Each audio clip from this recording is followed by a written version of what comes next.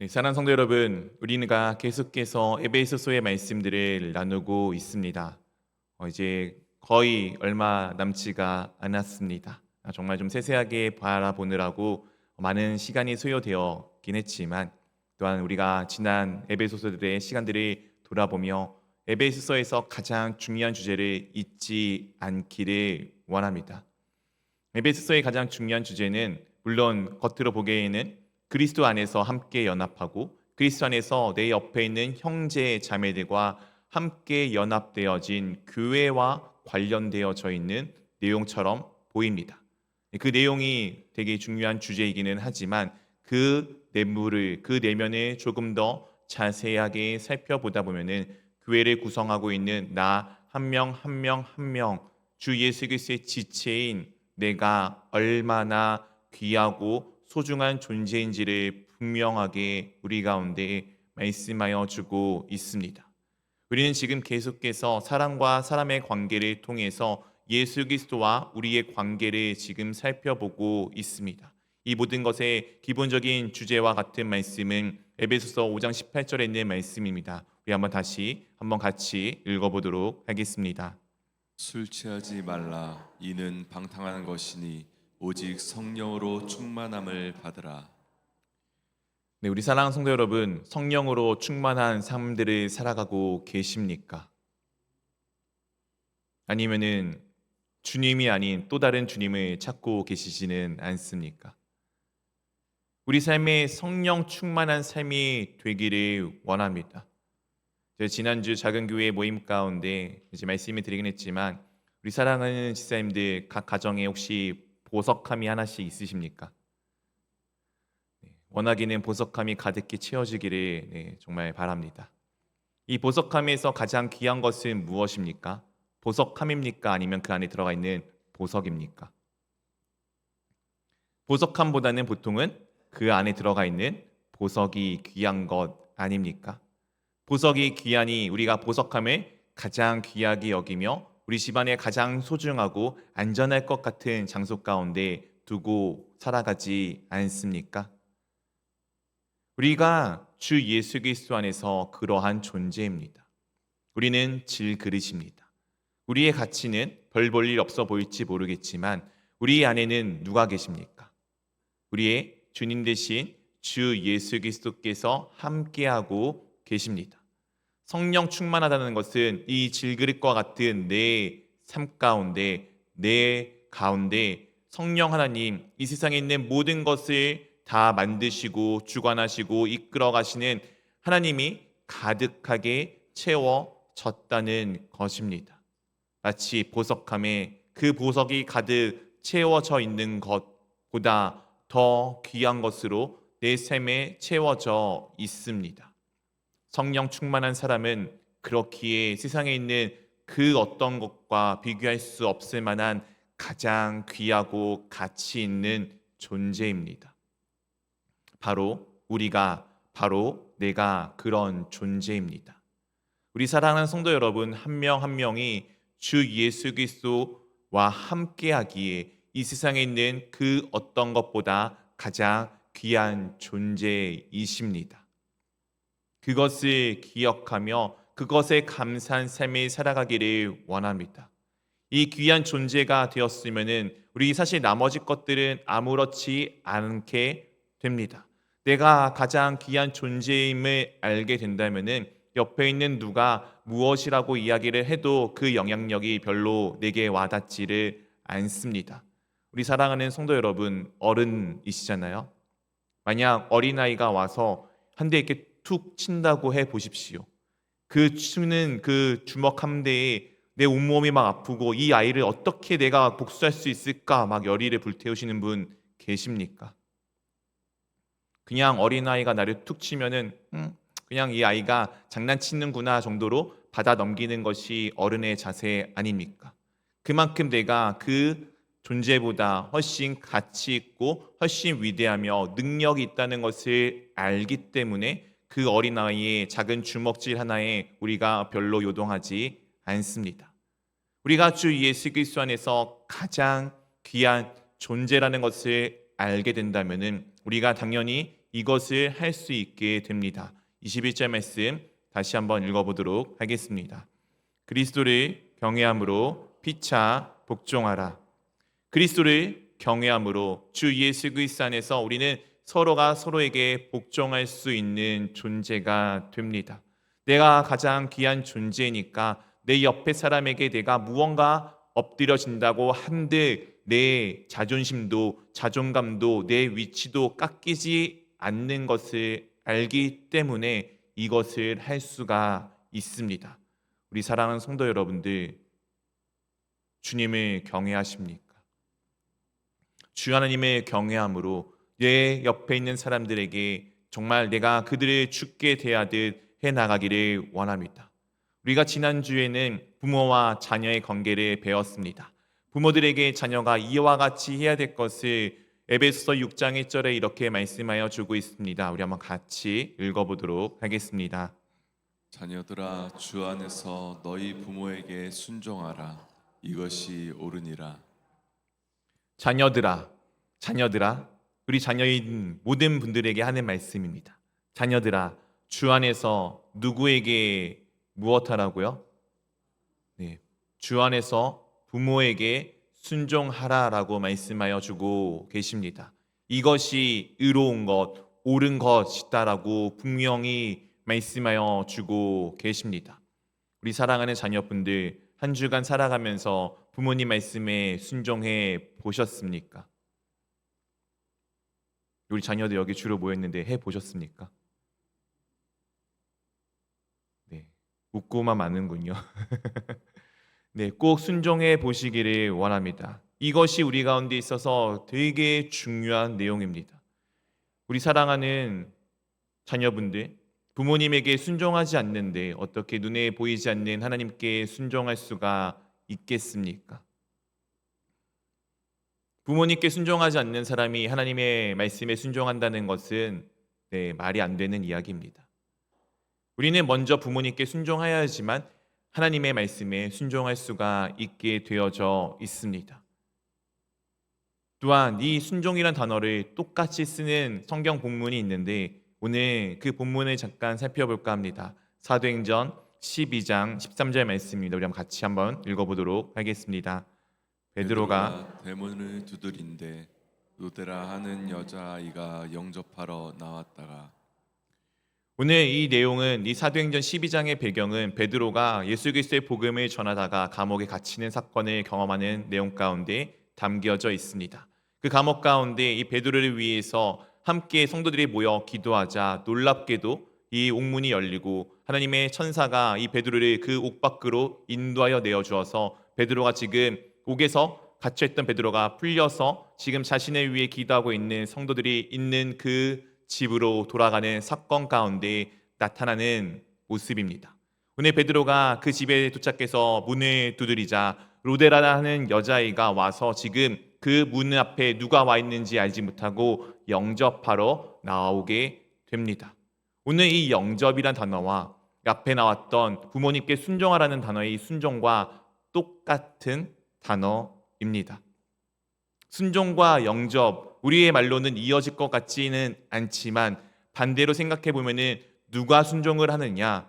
부모님을 부모님으로 여기는 사람, 부모님이 내 삶 가운데 진정한 그분이 나의 부모님이심을 영접한 사람들만이 그 부모님의 말씀에 순종할 수 있음을 우리 가운데 보여주고 있습니다. 즉 부모를 부모로 여기는 사람이 예수 그리스도를 내 마음 가운데 영접할 수 있으며 예수 그리스도를 내 마음 가운데 영접하였기에 예수 그리스도의 말씀에 따라 살아갈 수 있는 삶을 살아갈 수 있다는 것을 우리 가운데 보여주고 있는 것입니다. 사랑하는 자녀 여러분들, 부모님을 영접하십시오. 요즘에 우리 부모님들, 나이 드신 부모님들 따님의 집이나 아드네 집에 찾아가기 힘드시지 않습니까? 아파트 이름이 뭐가 이렇게 어려운지 알 수가 없습니다. 저도 이제 주택에 오래 살다 보니 요즘 아파트 들어가면은 뭐 이렇게 지나갈 분들이 많은지 너무나도 까마득합니다. 참 어려운 시대인 것 같습니다. 그런 부모님들을 그냥 입으로만 모시지 말고 때로는 정말 필요할 때마다 잘 모셔드리기를 원합니다. 말로만 영접했다 하지 마시고 그 부모님들을 정말 때로는 내 가정 가운데 또는 내가 갔었던 어떤 좋은 곳에 함께 잘 모시고 가는 영접을 해 보시기를 원합니다. 그때 하나님이 나와 함께하는 정말 내가 주 하나님을 영접하는 그 영접을 또한 경험할 수 있게 될 것입니다. 오늘 이 영접의 장면과 참 깊은 연관이 있는 말씀이 요한계시록에 기록되어져 있습니다. 요한계시록 3장 20절 말씀 우리 한번 같이 읽어보도록 하겠습니다. 볼지어다 내가 문 밖에 서서 두드리노니 누구든지 내 음성을 듣고 문을 열면 내가 그에게로 들어가 그와 더불어 먹고 그는 나와 더불어 먹으리라. 오늘의 이 말씀은 예수 그리스도께서 우리의 마음 문 밖에 서서 우리의 마음을 두드리는 이 모습을 우리 가운데 표현해 주고 있습니다. 예수님은 하나님이십니다. 예수님은 하나님이십니다. 하나님은 모든 것을 하실 수 있는 분이십니다. 하나님께서 하실 수 있기 때문에 내 마음의 문은 아무리 굳게 닫혀 있어도 그 마음의 문을 부수고 비집고 비틀어 열고 들어오시는 것 너무나도 쉽게 하실 수 있는 분이십니다. 그런데 오늘 하나님이신 예수님께서 내 마음 문 밖에 서서 무엇을 하고 계십니까? 문을 부수고 계십니까? 문을 비틀어 열고 계십니까? 아닙니다. 지금 그 문 밖에 서서 문을 두드리고 계십니다. 왜냐하면 내 마음의 문을 내가 직접 열어주기를 원하시기 때문입니다. 분명히 내가 마음 문을 열지 않아도 주님은 얼마든지 그 문을 부실 수도 있으며 때로는 그 문이 없는 것처럼 지나서 들어오실 수도 있는 분이십니다. 그럼에도 불구하고 그 문 밖에서 내가 열어줄 때까지 그 문을 끊임없이 두드리시고 계십니다. 왜냐하면 그만큼 나를 존중해 주시고 인정해 주시기 때문입니다. 내 마음은 내가 열지 않으면 주님께서 비틀고 들어오는 것이 아니라 그것을 열어줄 때까지 기다리시는 것이 우리의 놀라우신 주님이십니다. 하실 수 있는데 하지 않는다는 것은 참 어렵습니다. 누군가 무언가 잘못하고 있는데 옆에서 보면서 저렇게 하면 안 되는데 우리가 잘하지 않습니까? 장기 옆에서 훈수 두는 사람들 얼마나 많습니까? 직접 두면 하지도 못하면서 옆에서는 다 보이니까 옆에서 막 입이 근질근질하지 않습니까? 할 수 있는데 하지 않는 것은 정말 어려운 일입니다. 그런데 놀랍게도 예수님께서는 충분히 하실 수 있음에도 불구하고 그 문을 열어버리는 것이 아니라 열어줄 때까지 기다리고 계십니다. 우리 주님이 그러하였다면 우리 부모도 그와 같은 마음을 담기를 원합니다. 에베소서 6장 4절에 이렇게 우리 가운데 말씀하여 주고 있습니다. 우리 한번 같이 읽어보도록 하겠습니다. 또 아비들아 너희 자녀를 노엽게 하지 말고 오직 주의 교훈과 훈계로 양육하라. 또 아비들아 너희 자녀를 노엽게 하지 말고. 자녀들이 보통 언제 화를 내는지 아십니까? 부모가 계속 무언가 내 생각을 그에게 강요할 때입니다. 제가 요즘에 우리 아들에게 참 안 하려고 하는 것이 하나 있습니다. 아이가 나 뭐 하기 싫어, 나 뭐 할래요 라고 할 때 그래 라고 이야기하는 것입니다. 지금 진짜 많이 줄었습니다. 특히 밥 먹을 때가 그렇습니다. 우리 아들이 밥을 아무거나 먹지도 않고 잘 먹지도 않습니다. 어제까지만 해도 그렇게 돈가스를 막 먹다가 갑자기 오늘부터는 돈가스를 절대 안 먹어요. 진짜 너무 힘듭니다. 밥 먹을 때마다 너무 힘들고 오늘은 갑자기 어제는 막 10숟가락 먹더니 오늘은 2숟가락 만에 끝내요. 그러니까 아버지 마음 가운데 한 숟가락 더 먹이고 싶잖아요.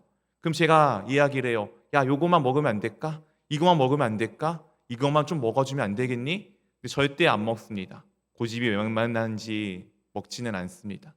근데 제가 처음에는 제가 하고 싶었던 것을 해서 억지로 먹이니까 놀랍게도 얘가 치하고 토를 하더라고요. 그래서 지금은 안 하는데 어떻게 하냐면 그래도 지금 한 5번 묻던 거를 더 줄여서 지금은 2번까지는 딱 물어봅니다. 이 2번에 한 번으로 지금 줄이는데 몇 개월이 지금 걸리고 있는지 모르겠어요. 줄지가 않습니다. 안 먹겠다고 하면은 그래 알았어라고 그냥 인정해 주는 것이 정말 쉽게 되지 않습니다. 야, 요거 하나만 먹으면 안 되겠니? 이 한마디 더 하는 거를 지금 계속 못 하고 있어요. 계속 그것을 반복하면서 아이한테 야, 이거 한 번만 먹어주면 안 되겠니? 이것을 계속하고 있는 저의 모습을 발견할 때마다 주님은 나를 정말 너무나도 사랑하셨고 나를 있는 그대로 인정해 주셨는데 나는 도대체 왜 그게 잘 안 될까를 계속 돌아보게 되고 있습니다. 우리 사랑하는 부모님들 어떠십니까? 내 자녀에게 정말 주님께서 여전히 문 밖에 있어서 내 마음 문을 내가 열어줄 때까지 두드리고 계시는 기다리시는 그 주님의 마음으로 기다리고 계십니까? 아니면은 내가 옳으니까 내 생각이 맞으니까 내 생각을 그 아이에게 강요하고 계시지는 않습니까? 오늘 놀랍게도 이 강요 가운데 어떻게 되냐라고 말씀해 주시는 것이 골로새서 에베소서의 똑같은 자매와 같은 똑같은 쌍둥이 서신이라 불리는 골로새서 3장 22절에 이렇게 말씀하여 주고 있습니다. 아비들아 너희 자녀를 노엽게 하지 말지니 낙심할까 함이라. 이 화를 내게 하는 것, 그를 존중해 주지 않는 것, 그를 인정해 주지 않는 것이 어떻게 되냐면은 아이의 마음에 낙심이 되게끔 만듭니다. 이 아이는 우리의 자녀는 하나님이 담겨져 있는 사람입니다. 그의 삶에 모든 것이 무궁무진한 놀라운 하나님의 은혜가 담겨져 있고 하나님의 뜻이 담겨져 있는 존재입니다. 그 존재를 내가 내 생각을 투영함으로써 내 생각을 강요함으로써 그 아이가 낙심하여 아무것도 못하는 존재로 만들고 계시지는 않습니까? 그들이 신앙 가운데 잘 자라가기를 바라는 마음으로 내가 내 신앙의 방법들을 방향들을 제시하다 보니 오히려 내 아이가 낙심하여져서 하나님과 멀어지는 경험을 해보시지는 않았습니까? 반대로 부모인 내가 자녀일 때 그런 경험들을 해보시지는 않았습니까? 부모인 우리가 자녀를 존중해 주기를 바랍니다. 부모인 우리가 다음 누군가를 인정해 주기를 바랍니다. 어린인 우리가 다음 세대들의 모습을 존중하여 주고 인정하여 주기를 바랍니다. 계속 내 생각을 이야기하기보다는 그냥 한마디 던지긴 하지만 그 한마디가 두 마디가 되지 않기를 원하고 정말 주 예수 그리스도 안에서 끊임없이 그 아이를 위해서 묵묵히 기도하는 우리가 되기를 원합니다. 주님께서 우리를 그렇게 존귀하게 여기셨듯 어른인 우리가 그렇게 다른 누군가를 존귀하게 여기기를 원합니다. 반대로 세상의 머리이신 그리스도를 닮은 우리가 이 세상을 그렇게 또한 바라보기를 원합니다. 세상이 이렇게 돼야 되는을 우리가 알고 있지만 그 세상을 향해 끊임없이 기도하는 우리가 되기를 원합니다. 계속해서 오늘은 또한 두 가지의 이 관계를 놓고 우리 가운데 보여주고 있습니다. 종과 그리고 그들의 주인에 관련되어 있는 내용입니다. 오늘 현대 시대에는 종과 주인이라는 개념은 없습니다. 당시 로마 시대에는 많게는 약 3분의 2 정도의 인구가 종이었습니다. 이 3분의 2 정도에 되는 사람들이 종이었고 그 중에 얼마는 종도 주인도 아닌 자유인 일반 시민이었으며 또한 소수는 주인으로서 이 수많은 노예들을 다스리고 살아가던 시대였습니다. 그런 시대적 배경을 놓고 오늘의 본문을 이해하여야지 오늘 시대에 마치 이것이 노사 관계로 적용을 시켜서 이해하다 보면은 잘 이해가 되지 않게 되어져 있습니다. 이 노사의 관계를 오늘 말씀 가운데 접목할 것이 아니라 당시 시대에는 수많은 노예들이 있었고 그리고 주인이 있었지만 이 주인들과 노예와 주인이 서로에게 어떻게 대해야 하는지를 말씀하여 주고 있다라고 여기시며 동시에 교회 안에서도 주인과 종들 사회적으로는 그런 관계에 있었던 그들이 어떻게 공동체 안에서는 주 안에서 하나가 되어져 가는지를 말씀하고 있는지를 보기를 원합니다. 5절에 이렇게 우리 가운데 말씀하여 주고 있습니다. 우리 한번 같이 읽어보도록 하겠습니다. 종들아 두려워하고 떨며 성실한 마음으로 육체의 상전에게 순종하기를 그리스도께 하듯 하라.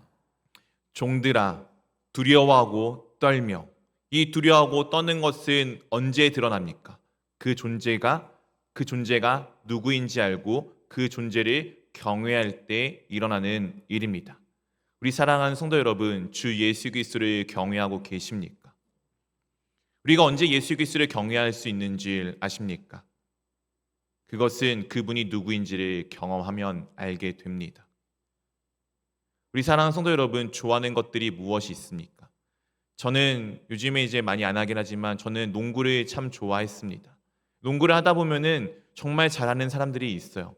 제가 정말 경이롭게 여겼던 제 친구가 하나가 있는데 중학교 때부터 농구를 우리 학교에서 제일 잘했던 친구입니다. 고등학교 가니까 고등학교 때 이미 뭐 동네 형들을 다 이기고 다니는 친구였습니다.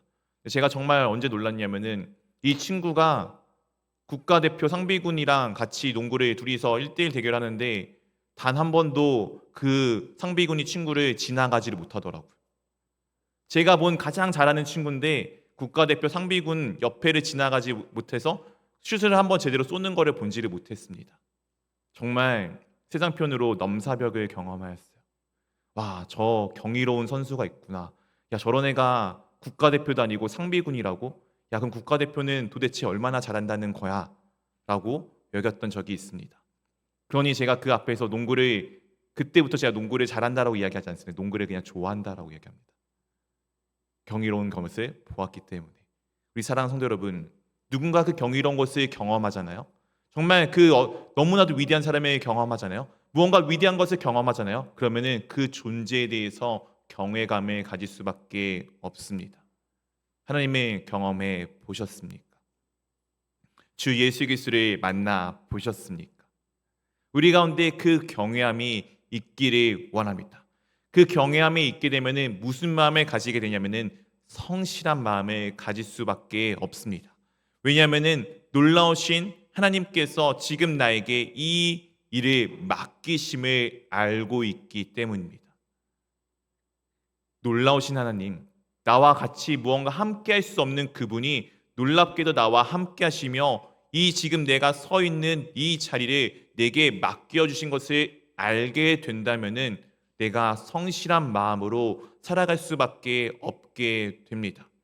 오늘 종들, 노예들 아무리 열심히 일을 한다고 한들 우리 옛날에 종들의 삶들 수많은 것들로 보아 알 수 있지 않습니까? 밥 한 그릇 그냥 감사하게 먹으면 땡인 인생입니다. 열심히 일한다고 해서 밥이 두 그릇 되지는 것이 아니며 그의 삶이 무언가 윤택해지는 것 아무것도 없는 게 노예의 삶입니다. 그런데 오늘 말씀에 두려워하고 떨며 성실한 마음으로 육체의 상전에게 그들의 주인에게 순종하기를 주께 하듯 하라라고 말씀하고 있습니다. 그렇게 해봐야 얻는 것 아무것도 없는 노예에게 지금 그렇게 하라라고 주님께서 말씀하고 있습니다. 왜냐하면은 예수 그리스도를 믿는 사람들은 이 세상의 메인 삶이 아니라 주님 앞에 살아가는 삶이기 때문입니다. 하나님 나라의 삶에 살아가는 삶이지 당시의 시대의 로마의 이 제도 가운데 살아가는 삶이긴 하지만 이 로마 제도에 넘어서 하나님 나라의 삶들을 살아가는 삶이기 때문에 그 모든 것을 할 수 있는 것입니다. 주님을 바라보고 살아가는 삶, 그때가 되어야지만 주님을 경외하며 주님의 앞에 순종하며 주님의 말씀 가운데 성실한 마음으로 살아갈 수가 있습니다. 세상이 아니라 주를 바라보기 때문에. 우리 사랑하는 성도 여러분, 주님을 바라보고 계십니까? 오늘 주님을 바라보신다면 우리의 삶이 이와 같이 될 것입니다. 6절 7절 말씀 한 절씩 번갈아 가면서 읽겠습니다. 눈가림만 하여 사람을 기쁘게 하는 자처럼 하지 말고 그리스도의 종들처럼 마음으로 하나님의 뜻을 행하고 기쁜 마음으로 섬기기를 주께 하듯 하고 사람들에게 하듯 하지 말라. 노예, 아까 말씀드렸듯이 아무리 밭을 잘 맨다고 한들 그의 삶은 노예입니다. 나아질 것이 하나 없는 삶입니다. 오늘은 살아있을지 모르겠지만 내일은 주인이 갑자기 노하여서 죽여도 이상하지 않는 그 삶, 그러니까 그들의 삶들은 어떻게 하면 주인의 눈에 악하게 보이지 않을까? 적당히 눈가림하며 적당히 살아가는 것이 중요한 삶의 목표였을 것입니다. 그런데 오늘 말씀하십니다. 눈가림만 하여 사람을 기쁘게 하는 자처럼 하지 말고. 우리는 사람 앞에 살아가는 사람들이 아닙니다. 우리는 주님 앞에 살아가는 사람들입니다. 놀랍게도 사람은 딱 보이는 것만 봅니다. 그런데 우리 하나님은 못 보시는 것이 없으신 하나님이십니다. 우리는 그 하나님 앞에 살아가는 삶이에요. 그러니 하나님 앞에 살아가는 삶이기 때문에 내가 모든 삶 가운데 정말 주님이 내게 맡겨주신 일에 최선을 다하며 살아가야 될 수밖에 없는 것이 우리네 삶이 됩니다. 그리스도의 종이었던 사도들처럼 마음으로 하나님의 뜻을 행하고 그냥 겉에 드러난 행위를 하는 것이 아니라 내 중심으로 하나님의 말씀에 따라 살아갈 것에 대해서 말씀하여 주고 있습니다. 그 마음이 무엇이냐면 바로 기쁜 마음입니다. 사랑하는 성도 여러분, 교회에서 여러 가지 봉사들 하고 계시지 않습니까? 그 봉사 가운데 여러분의 마음이 기쁘기를 원합니다. 여러분이 살아가는 삶 가운데 기쁨이 가득하기를 원합니다. 세상의 일을 내가 누군가의 눈치를 보면서 하다 보면은 즐겁지가 않습니다. 행복하지가 않아요. 그런데 하나님 앞에 살아가는 마음으로 하나님 앞에 행하듯 하다 보면은 정말 놀랍게도 아무도 알아주지 않는데 너무나도 기쁘고 너무나도 즐겁고 너무나도 행복합니다. 그것을 경험해 보셨습니까? 놀랍게도 이 맛은 정말 그것을 먹어본 사람만 알아요. 원하기는 우리 모두가 그 맛을 보기를 원합니다. 정말 주님 앞에 살아가는 기쁨이 얼마나 큰지를 알고 보고 경험하기를 원합니다. 사람의 눈치가 아니라 하나님의 놀라우신 은혜 가운데 감동되어져서 정말 기쁜 마음으로 살아가는 삶이 우리 가운데 충만하기를 원합니다. 또한 계속해서 이렇게 우리 가운데 말씀해 주고 있습니다. 8절입니다. 이는 각 사람이 무슨 선을 행하든지 종이나 자유인이나 주께로부터 그대로 받을 줄 알미라. 우리가 왜 기쁘게 행할 수 있냐면은 우리의 모습이 이러하든 저러하든 세상은 평가합니다. 제가 무려 대학원까지 7년이나 공부를 해왔습니다. 근데 제가 세상에 나가잖아요. 저는 고등학교 졸업한 사람과 다를 바가 없습니다. 그 이후에 7년이라는 시간은 저에게 배운 그 배움의 시간은 세상에는 아무런 쓸모가 없는 사람입니다. 그렇게 세상에 나가면 저는 고등학교와 똑같은 사람이 되어지며 고등학교 졸업한 사람 똑같은 사람이 되어지며 그들과 똑같은 위치에서 똑같은 일을 시작하게끔 되어져 있습니다. 아니 오히려 지금 그들보다 오히려 못하죠. 왜냐하면 저는 나이도 많고 쓸데없이 학력만 높은 걸추장스러운 사람이 되기 때문입니다. 세상에 대한 저의 평가는 그렇게 제 무언가, 학력, 제 살아온 삶의 경험 이런 것들로 나눕니다. 그런데 주님께서는 그렇지 아니하십니다. 내가 누구이든 내가 어떤 모습이든 내가 어떤 삶을 살아왔는지 주님께서는 그것으로 나를 판단하시는 것이 아니라 지금 내가 주 예수 그리스도 안에 있느냐 없느냐로 나를 구별하십니다. 내가 지금 주님 안에 있잖아요. 내 과거가 어떠하든 내 모습이 어떠하든 관계없이 주님은 나를 귀하게 여겨 주십니다. 그리고 내가 주님 앞에 살아간 그 삶, 세상은 내가 아무리 열심히 무언가 한다고 한들 내 것을 뺏어가기 바쁘지 내게 더 주지 않습니다. 그런데 하나님은 내 삶에 필요한 모든 것 이상으로 채워 주십니다. 그것을 경험해 보셨습니까? 우리 가운데 그 경험이 넘치기를 원합니다. 정말 주 예수 그리스도 안에 내가 살아가다 보니 주님께서 내게 정말 필요한 모든 것을 가득히 넘치도록 채우시는 그 체험을 경험하기를 원합니다. 그래서 아까 초대에 말씀드린 것처럼 우리 사랑하는 시사님들 보석함이 차고 넘치기를 원합니다. 정말 내가 주님 앞에 살아가는 그 기쁨을 회복했을 때 내 필요한 모든 것들을 가득히 채우시는 주님의 놀라우신 은혜를 경험하는 삶이 되기를 원합니다. 또한 계속해서 9절의 상전들에 대해서 이렇게 말씀하여 주고 계십니다. 우리 한번 같이 읽어보도록 하겠습니다. 상전들아 너희도 그들에게 이와 같이 하고 위협을 그치라. 이는 그들과 너희의 상전이 하늘에 계시고 그에게는 사람을 외모로 취하는 일이 없는 줄 너희가 알미라. 오늘 우리 말씀에는 상전이라 되어져 있지만 원어에는 주인이라고 되어져 있습니다. 이 노예의 주인들에게 지금 하고 있는 말입니다. 노예는 당시의 물건이었습니다. 사람이지만 사람의 형태를 한 물건이었습니다. 오늘 우리로 따지면 로봇과 같은 존재라고 여기면 딱 알맞을 것 같습니다. 그들에게 지금 무엇을 하시지 말라고 하냐면 위협을 그치라라고 말하고 있습니다. 이 노예 조금 더 잘 불리기 위해서, 조금 더 이 노예를 통해서 내가 부를 쌓기 위해서 이들을 위협해야지, 죽을 둥 말 둥 해놔야지 내가 더 부유하게 되는데 지금 그것을 그치라라고 말씀하고 계십니다. 로봇을 사람으로 대하라고 이야기한다면 여러분들 하실 수 있겠습니까? 그런데 오늘 주님께서 그렇게 말씀하시는 것입니다. 왜냐하면 우리의 주님이 하늘에 계심을 이 주인들이 알고 있기 때문입니다. 노예는 물건이 아니라 사람이었기 때문입니다. 사람으로 그들을 대하라라고 오늘 주님께서 말씀하고 있습니다.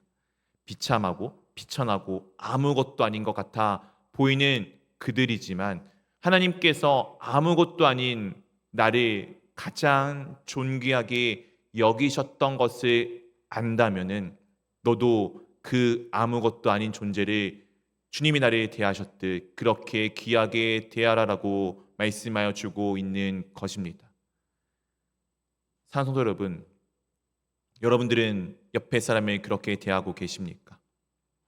주님이 나를 귀하게 대해 주신 것 알고 있으면 내가 옆에 있는 사람을 함부로 대할 수 없을 것입니다. 내가 옆에 있는 사람을 존귀하게 대하고 계십니까?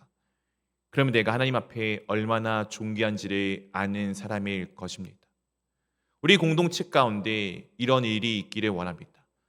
세상의 이야기로, 세상의 평가로 이 사람이 이래저래를 나누는 것이 아니라 주 예수 그리스도가 가장 귀하게 여긴 한 명 한 명의 사람임을 알아. 정말 주 예수 그리스도의 마음으로 그 사람을 귀하게 대하고 그 사람을 귀하게 대할 때에 정말 누군가 나를 귀하게 대하고 그렇게 서로가 서로를 귀하게 대함으로써 주 예수 그리스도가 우리 가운데 정말 나 하나를 얼마나 귀하게 여기셨는지를 깨닫는 공동체가 되기를 원합니다.